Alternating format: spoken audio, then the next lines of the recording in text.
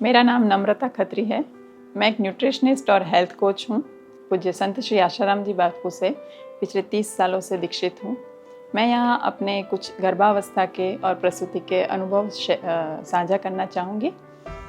जब मैं गर्भवती थी तब मैं पूज्य बापू जी द्वारा प्रेरित दिव्य शिशु गर्भ संस्कार से जुड़ी हुई थी और वहाँ पे मुझे कई सारी ऐसी अच्छी जानकारियाँ जो मेरी प्रसूति के दौरान और प्रसूति के बाद भी जो मुझे बहुत काम आई।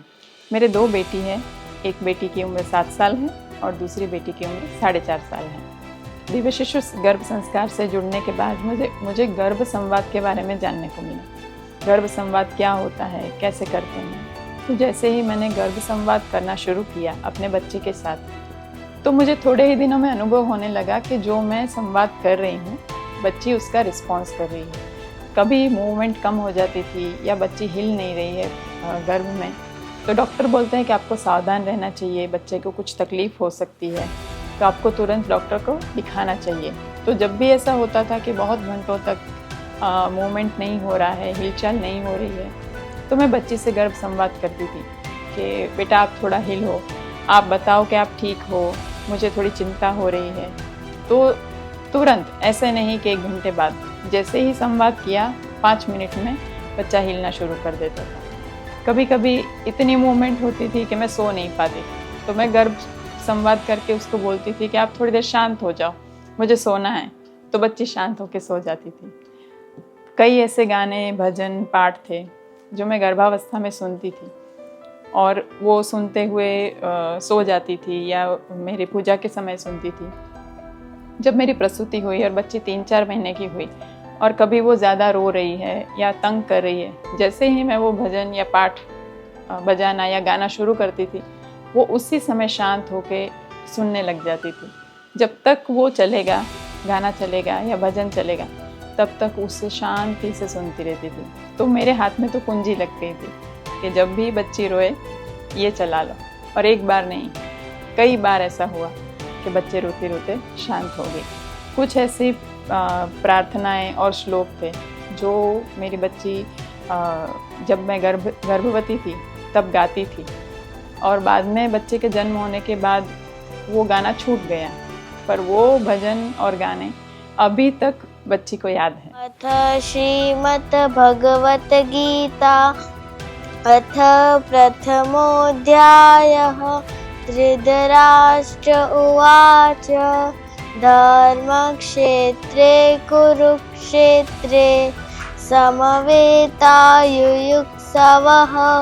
मामका पाण्डवाश्चैव किमकुर्वत संजय। मुझे तो जीता जागता प्रमाण मिल गया कि जो हम गर्भावस्था में करते हैं वो सब बच्चे उसको ग्रहण करते हैं। मेरी बड़ी बच्ची जब आने वाली थी तब मुझे ड्राइंग्स, आर्ट, इन सब चीज़ों का थोड़ा सा शौक़ था, तो मैं कभी कभी समय मिलने पर करती थी, कुछ ड्राइंग करती थी, कुछ ऐसा बनाती थी। तो अभी बड़ी बच्ची को कलरिंग, आर्ट एंड क्राफ्ट का बहुत शौक़ है। वो 7 साल की है पर अभी बहुत अच्छी ड्राइंग्स बनाती है, स्केचिंग करती है, कलरिंग करती है। कॉम्पिटिशन्स होते हैं तो उसमें जीत विजेता भी होती है।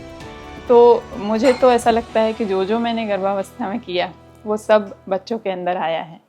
जब मेरी बड़ी बेटी आने वाली थी तब एक सोनोग्राफी होती है 4थे महीने में, जिसमें बच्चों के सारे अंग प्रत्यंग सही है या नहीं उसकी जांच होती है। तो जब वो सोनोग्राफी कराई तो डॉक्टर को ऐसी आशंका हुई कि ये बच्चा डाउन सिंड्रोम वाला हो सकता है, जिसमें बच्चे का शारीरिक और मानसिक विकास अवरुद्ध होता है। बच्चे इतना नॉर्मल बच्चों की तरह बोलना या बैठना, चलना, उठना नहीं कर सकते, एक तरह से विकलांग की तरह हो सकते हैं। तो डॉक्टरों ने तब बताया कि आप ऐसा बच्चा रख के क्या करोगे, आप इसको अबॉर्ट करा दो, फिर कभी और भगवान दे देंगे। पर हमने संत श्री आशाराम जी बापू के सत्संग प्रवचनों में सुना हुआ है कि गर्भपात महापाप होता है। जिस निर्दोष बच्चे ने माँ के गर्भ में, पिता के गर्भ में आते दोनों को आनंद का निमित्त दिया, उसने तुम्हें गाली नहीं दी। वो 84 लाख योनियां भटक के अब तुम्हारे पवित्र परिवार में आकर अपना आत्म उद्धार करना चाहता। ये देवी भागवत का श्लोक मैं फिर से सुना देता हूँ। भिक्षु हत्या महत पापी भ्रण हत्या च भारते कुंभी पाके वसते सोपी। वो कुंभी पाक नरक में वो जाके पड़ता है। यावत इंद्र चतुर्दश 14 इंद्र राज कर करके चले जाए, इतने करोड़ों वर्ष तक उसे कुंभी पाक नरक में पचना पड़ता है। जो संत है, जो लाखों का मंगल कल्याण करते हैं या भगवान की बंदगी करते, उस संत की हत्या और निर्दोष भ्रण, क्योंकि वो निर्दोष भ्रण भी उस समय संत है। तो मैंने बहुत ऑफ कोर्स स्वाभाविक है कि थोड़ा दुख तो होता है, पर बापूजी से प्रार्थना की कि बापूजी आपने दिया है, आपको रखना है तो रखिए, हमसे कोई पाप मत करवाइए, हम आपकी प्रसादी समझ के जो भी आपने दिया है उसे स्वीकार करते हैं। एक हफ्ते बाद मेरी बड़ी सोनोग्राफी एक बड़ी जांच होने वाली थी, जिसमें कंफर्म पता चलने वाला था कि बच्चा विकलांग है या नहीं है। उन 7 दिन के जो बीच का 7 दिन का टाइम था, मैंने पूरा टाइम बस प्रार्थना प्रार्थना और प्रार्थना यही करके बिताया। जो होगा देखा जाएगा। जब मैं जांच कराने गई, वो घड़ी थोड़ी नाजुक थी। स्क्रीन में डॉक्टर दिखा रहे थे बच्चे को, सोनोग्राफी करते करते एक प्रोसीजर हो रही थी और मुझे बोल रहे थे आप स्क्रीन में देखिए। स्क्रीन में देख रही हूँ और आंखों से आंसू बह रहे हैं। एकदम से देखते देखते मुझे उसी स्क्रीन में पूज्य गुरुदेव संत श्री आशाराम जी बापू जी के दर्शन हुए, और जैसे ही उनके श्री दर्शन मुझे स्क्रीन में हुए, वहीं से मेरा रोना शुरू हो गया। मन में विश्वास आ गया कि कुछ भी नहीं होगा, सब सही है, पर रोना शुरू कर दिया। मेरे पतिदेव डर गए, क्या हुआ, क्यों रो रही है? डॉक्टर डर गए, क्या हो गया? मैंने कहा कुछ नहीं हुआ, मैं ठीक हूँ। और जैसे ही जांच खत्म हुई, डॉक्टर ने रिपोर्ट दिया कि बच्चा 100% स्वस्थ है, अच्छा है, हेल्दी है, आपको चिंता करने की कोई ज़रूरत नहीं है। तो अब इससे ज़्यादा अनुभव क्या कहूँ। जब मेरी बड़ी बेटी आने वाली थी, तब मुझे गर्भावस्था में मुझे रामायण सुनना बहुत अच्छा लगता था। तो हर समय काम करते समय, चाहे बैठी हूँ, चाहे कुछ भी कर रही हूँ, सो रही हूँ, हर समय रामायण बजती रहती थी। 9 के 9 महीने मैंने रामायण सुनी, इतनी सुनी कि मुझे कंठस्थ हो गई थी रामायण। फिर जब मेरी बेटी का जन्म हुआ तो संयोग से उसका नाम भी सिया पड़ा, और जब वो बड़ी हुई तो उसको लगभग सारी रामायण मैंने एक ही बार सुनाई, पर कंठस्थ है। स्कूल में जब भी भगवान राम के बारे में कुछ भी प्रश्न किए जाते हैं तो सबसे पहले हाथ उठाने वाली यही होती है। इसको कोई भी प्रश्न पूछ लो, कोई भी प्रसंग पूछ लो, लगभग सारे याद हैं। जब कभी ये मुझे कहानी सुनाने को बोलती है और मैं रामायण की कहानी सुनाती हूँ तो बोलती है कि ये मुझे पता है और कुछ बताओ। एक इंटरेस्ट होता है जो अपने आप इसमें जगा, और दूसरा एक ही बार सुनाने से इसको इतना याद रह गया कि ये थोड़ा सा मुझे आश्चर्य लगता है।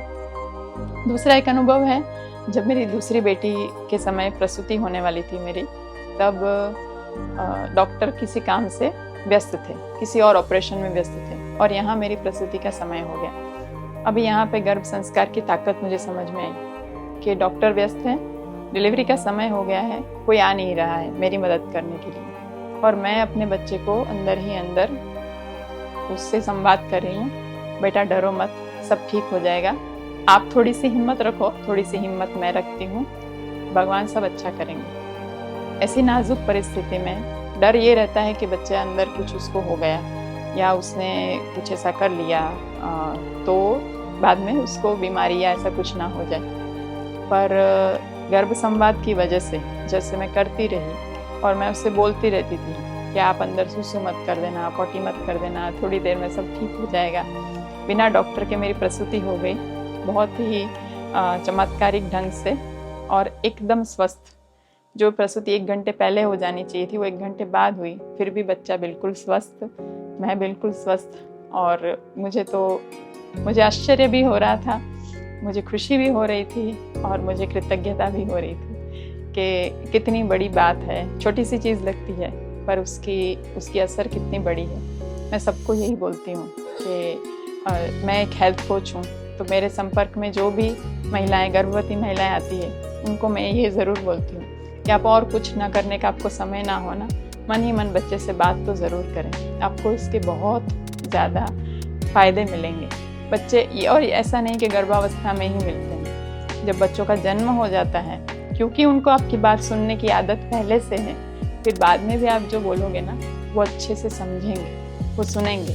आप मन में भी बोलोगे तो भी उनको समझ आ जाएगा कि हमको कुछ कहा जा रहा है, भले ही वो बोल ना पाएँ पर वो समझेंगे ज़रूर। मुझे तो इसके बहुत अच्छे अनुभव हुए। गर्भ संवाद कैसे करना है, अगर ये जानना है तो दिव्य शिशु गर्भ संस्कार द्वारा उनके YouTube चैनल पे बहुत सारे गर्भ संवाद के वीडियोस अलग अलग डाले हुए हैं, आप वहाँ से सुन के भी कर सकते हैं। और दिव्य शिशु गर्भ संस्कार से आप जुड़ेंगे तो आपको एक किट भी प्राप्त होगा। उस किट में भी गर्भ संवाद के ऑडियोज़ और वीडियोज़ आपको मिल जाएंगे, जिससे हमें मार्गदर्शन मिले कि गर्भ संवाद कैसे करना है। मुझे दिव्य शिशु गर्भ संस्कार से जुड़ के अनगिनत फ़ायदे हुए हैं और मैं सभी बहनों से यही प्रार्थना करूँगी कि आप इसका पूरा फ़ायदा लें। दिव्य शिशु गर्भ संस्कार में जो भी जानकारियाँ या जो भी टिप्स बताई जाती है, हर एक चीज़ का बहुत साइंटिफिक महत्व है। आप उससे कोशिश करिए जितना हो सके आप करने की, और आपको उसका कई गुना रिटर्न मिलेगा। ये मैंने मेरे अनुभव से जान लिया है। छोटी छोटी चीज़ों का कितना बड़ा महत्व और कितना बड़ा असर बच्चों में दिखता है, वो हमने देखा है। तो आपसे यही प्रार्थना है, आप इसका पूरा लाभ उठाइए और दिव्य शिशु गर्भ संस्कार से जुड़े रहिए। अधिक जानकारी के लिए संपर्क करें महिला उत्थान मंडल द्वारा संचालित दिव्य शिशु गर्भ संस्कार केंद्र, संत श्री आशाराम जी बापू आश्रम, अहमदाबाद।